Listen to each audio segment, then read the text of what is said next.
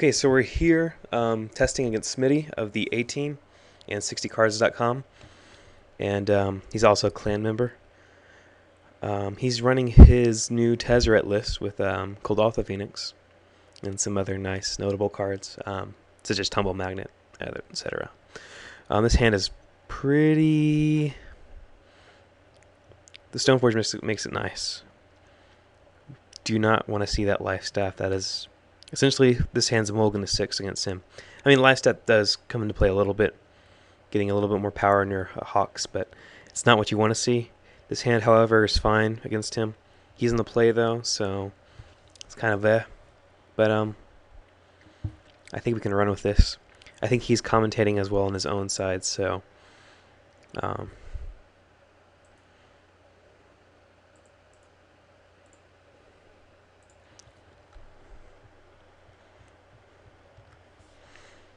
let's see how he does. The nice thing is I have his file. I built his file for him for his playmat, so I can see it on my side as well. So we'll lay our Celestial Colonnade and pass the turn back to him. We don't need to threaten Spell Pierce. I mean, we could threaten Spell Pierce because he does play 7 Chalice effects. Oh, well, that's a new list, so he's not running the same list I'm used to. He did not have Prophetic Prism in his last list. But we can land our Stoneforge Mystic here.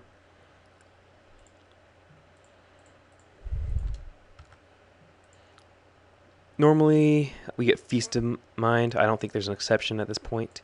Yeah. Next turn, we can drop the Sylvic Life Staff, keep up Mana Leak, and okay, so Tunnel Magnet's really annoying for us. We can Preordain instead.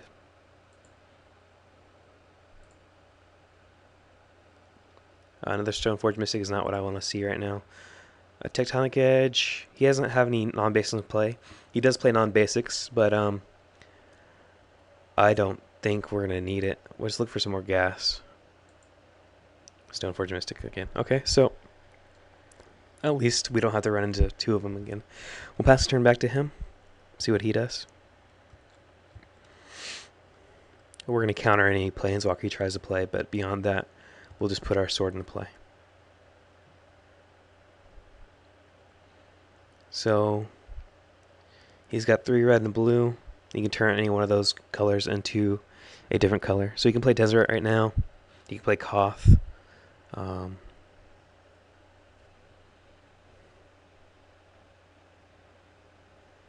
There's a number of things he could play. We're gonna have to force him to use up his Tunnel Magnet on our sorted creatures, so it's gonna be kind of annoying. Tunnel Magnet is very effective against equipment decks like ours because it doesn't care which creature you move it to. It's going to be tapped down at least 3 times.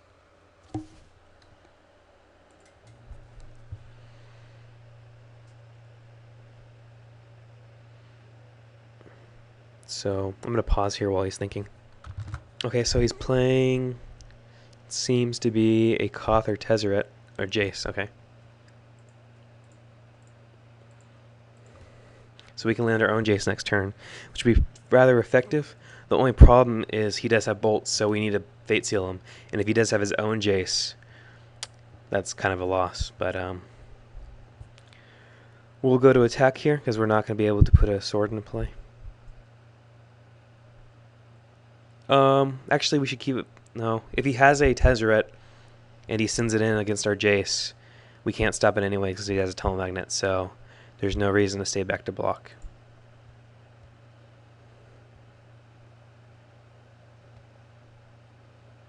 Tezzeret is a big problem for us, but there's not many things.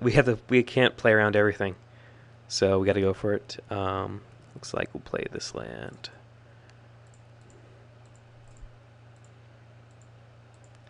Actually, his last lists I saw were running Galvanic Blast instead of. He's not that far off Metalcraft though, so let's Fate Seal him.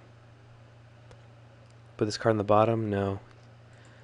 I mean, he's got the mana he needs, the Prophetic Prism for the most part. I don't think he needs double black for anything. So if he has a Tezzeret, we're kind of in trouble.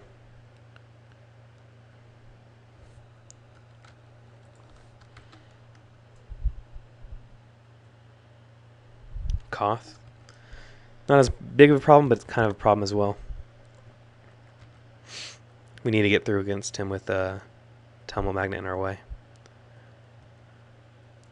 So he drops Jace down to 1. Plays the land that we gave him.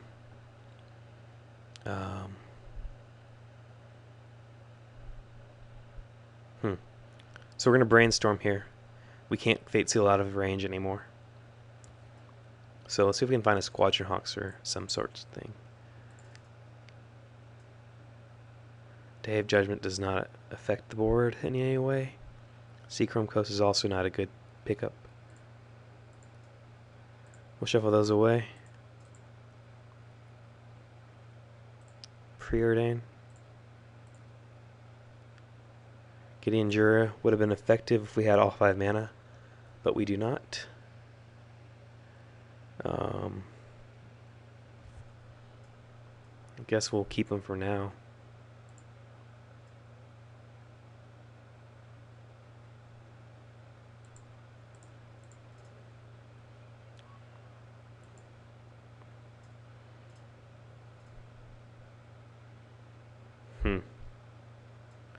Yeah, we're going to play up both our Mystics. He's probably going to tap in response to this. Try to attack his Koth.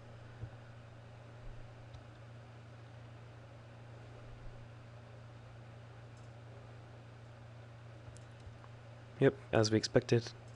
So we can fetch up our Body and Mind and give him the turn.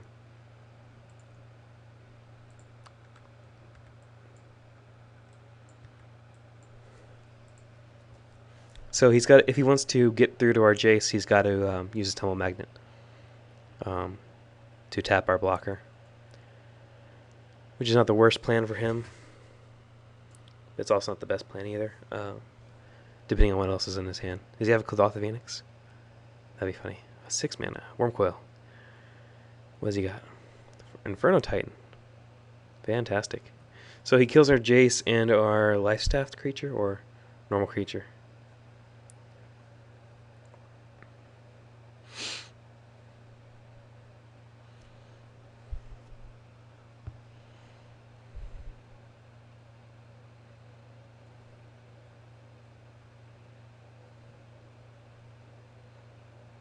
Come on, Smitty. Okay, so he's going to kill that creature. He's going to get in with for another set with Jace and Koth. We're in big trouble now. We've got to deal with his Koth, but we can't get through his Tumble Magnet. Seems we're just dead now. We can't get past this Inferno Titan with our swords. None of them get protection from red. Doesn't matter, he's got a Tumble Magnet.